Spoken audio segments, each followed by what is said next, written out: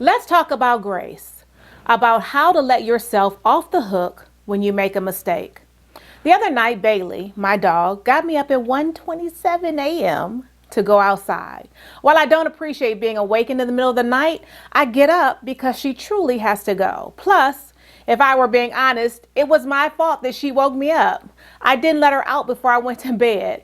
So being awakened in the wee hours of the morning is a consequence of that poor decision. She, of course, had no problem going back to sleep. I, on the other hand, was left staring up at the darkness of my room, willing myself to go back to sleep. During this season of life, sleep can be elusive, often leaving my thoughts wandering for hours on end until my body gives way to sweet slumber. In this way, this episode was no different. As I lay there, my mind replayed countless memories and scenarios for which I am not proud. My thoughts go back to my teenage years and other times that I'd rather not revisit. And in the midst of trying to block out those unpleasant thoughts, I'm reminded that I need to give myself grace. If you're new here, my name is JMEarley. I help individuals and teams achieve organizational and personal success by providing customized training, resources, tips, and tools to help you pursue purpose and accomplish your goals. If you're looking to grow and evolve personally and professionally, be sure to hit the subscribe button and don't forget to hit the notification bell so that you'll be notified every time I upload new content. Today, we're talking about the importance of giving ourselves grace.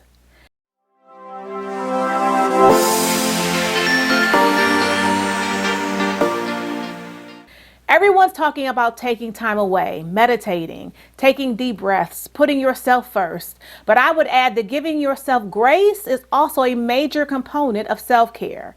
For me, the thoughts that haunt my waking mind are due to the lack of grace that I extend to myself. So what is grace? The Oxford Dictionary defines grace as courteous goodwill. In Christianity, grace is used to describe God's unconditional love for everyone, whether or not they have behaved as He wants them to. It is His gift to us, given freely and without any strings attached. God's grace towards us originates in His character. God is merciful and gracious, slow to anger, and abounding in steadfast love. Exodus 34:6. As I laid in bed battling my negative thoughts and feelings of regret and shame, I realized that while God had given me grace, I had not given myself grace. In those quiet moments, in the wee hours of the morning, with no other thoughts or distractions competing for my attention or playing bait and switch with my emotions, I would replay certain moments, beating myself up for an outcome that was permanently etched in time and unchanged. When I thought about it, what made those memories so bothersome is the fact that I feel like I let myself down, that I failed myself. I console myself with the sentiment that I did the best that I could do with the information that I had at the time. But my older, wiser, more experienced and evolved self, the perfectionist, is quick to step in with coulda, woulda, shoulda scenarios. But this night was different. This night I was reminded about grace. And this night, I took hold of it. Life is a journey with twists and turns, ups and downs, stops and starts, and highs and lows. We all have some things that we wish that we could do differently and lessons that we wish we would have learned sooner, among other things. Grace gives the opportunity to be kind and gentle to ourselves as we move about through life. It's so easy to come down on ourselves whenever we make mistakes, which is simply a part of being human and is a wonderful learning tool, or when we are less than perfect in certain areas of our lives. But when we come down on ourselves, it becomes all the harder to change course and take the little steps necessary to change our behavior. That's precisely where grace comes in. It offers relief in the midst of serious transgressions, like failing to show up for an important moment or betraying a promise. Giving yourself grace is permission to forgive your mistakes, lapses in judgment, and hurtful behavior because no one is perfect. In her Mashable.com article, What It Means to Give Yourself Grace, Rebecca Ruiz notes that grace giving should involve more than putting yourself at ease. It should also prompt some form of action, whether that's self-care, repairing a damaged relationship, or taking responsibility for your choices. Diane Bondi, a yoga teacher and author of Yoga for Everyone, contends that grace happens to give us some space, acceptance, and room to take a hard swallow or step back and practice self-compassion. She warns that grace can become devoid of meaning if used in the wrong context. Grace, in her estimation, isn't an excuse for feeling less inner or interpersonal conflict, but an opportunity to be kind to yourself.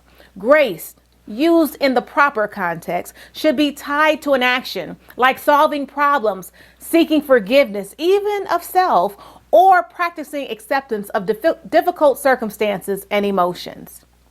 Toby Sola, head teacher of the meditation app Bright Mind, thinks of grace giving as a form of equanimity. This concept is defined by openness, softness, and love, qualities that allow emotions to come and go without push or pull. People often want to hold positive emotions close and resist negative feelings, but equanimity can help them instead greet every experience with warmth and acceptance. Sola says this actually increases the fulfillment derived from pleasurable experiences while decreasing the distress that comes from uncomfortable feelings.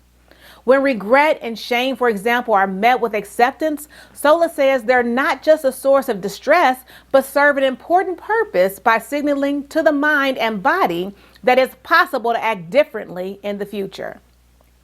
In that sense, consider giving yourself grace a step toward making different choices. No one is asking you to be perfect, and you should not expect perfection from yourself either. Understand that no one is asking you to be perfect, including you. This is something that I have to remind myself of more than I'd like to admit. Unfortunately, as a perfectionist, I can sometimes hold myself to unrealistic expectations. In this sense, I'm easily my worst critic. By all means, have standards and set goals for yourself. Strive for excellence, but understand that no one is asking for you to be perfect. We're all messy humans with strengths and weaknesses, but more importantly, we're all humans with a story. Embrace yours, even when it isn't perfect. I found that the things we consider our greatest weaknesses are often the things that make us the most relatable. Understand that people are learning from you in ways that you may never know. Folks are always watching. When you make mistakes, take responsibility and learn from them. When you make mistakes, remember that this isn't the first or the last mistake that you'll make or have made. Each mistake is a step in your life, and without them, we wouldn't have growth. There are a whole lot better things to be than perfect. Need some help giving in to grace? Here are a few reminders. Recognize that there's a lot more to this life than having it all together. Our world puts a huge emphasis on making it seem like we have our lives together. Hello, social media. The reality is no one has it all together all the time, and that's completely okay. You are allowed to feel and experience emotions and cry out. You're allowed to ask for help and admit that you don't know what to do next. You're allowed to admit that you don't have all the answers. Reach out to others for help and be there for them when they need you to. Don't be afraid to share your story. Every day won't be the best day, but every day will have a lesson. I challenge you to find that lesson even when it's hard. You won't find that lesson if you're busy trying to cover it up. Looking back, some of the worst days have given me the best stories and lessons. I hope you'll find that the same is true for you too. Write it on your heart that whatever you do today is enough. Set that intention and let that be enough for you. It's so easy to tie up our worth or our success with our productivity. I'll be the first to admit that I get upset with myself if I accomplish 20 things one day and only 5 the next. I've realized the danger in the word only because it emphasizes what we've yet to do instead of what we've already done. Yes, there's always room for growth and improvement, but there's also room to celebrate the little victories. Maybe you made your bed or made it to work on time. Those things might not seem big, but they're still victories. The struggle is internal. Most of the struggle is against our own expectations of success or unworthiness, not other people. Realize that your story isn't finished. A huge part of giving yourself grace is realizing that your story isn't over yet. If you've messed up today, you can try again tomorrow. If you succeeded today, you can try again tomorrow. Remember, life is a journey, not an overnight trip. Look beyond your immediate situation, your today, and visualize your tomorrow. The goal is to pace yourself as you prepare for the long term. By all means, take your time to feel what you need to feel, but also know when it's time to move on into the rest of your story. Speak kindly to yourself. Everyone engages in negative self-talk. Example, I'm so stupid. I always mess up. I'm not pretty enough. I'll never have X. In fact, barring toxic environments, most negative remarks that you hear about yourself probably come from yourself. This is extremely unhealthy. It's destructive to your confidence and limits your ability to reach the height of your potential. When you're tempted to engage in self-critical talk, show yourself grace and try to self-reflect. Self-reflection is an observational, non-judgmental process. It requires you to, 1, take the time to observe what went wrong, and 2, think about what you might do differently next time. Celebrate yourself. Do you devote a lot of attention to your failures rather than your successes? If so, you're not alone. As humans, we tend to laser focus on our disappointments rather than on our triumphs. Perhaps this is because we were never taught to regularly celebrate ourselves. Celebrating yourself can have several positive effects. It reminds you to enjoy the journey, boosts your confidence for the next task, increases your feelings of joy and satisfaction, and reduces your need for outside approval. Let go.